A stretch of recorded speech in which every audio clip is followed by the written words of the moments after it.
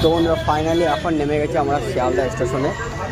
দেখতে পাচ্ছ এখন ঠিক আমাদের সময় লাগলো প্রায় 20 মিনিটের মতন লাগলো তোমার ইডেন গার্ডেন থেকে শিয়ালদা আসতে 20 মিনিট লেগে গেছে।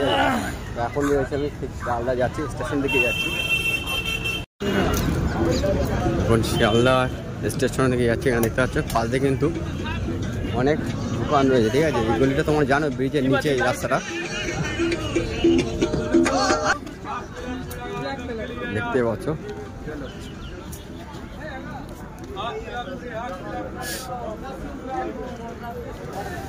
তো এখন ঢুকছি বন্ধুরা আমরা শিয়ালদা স্টেশনে।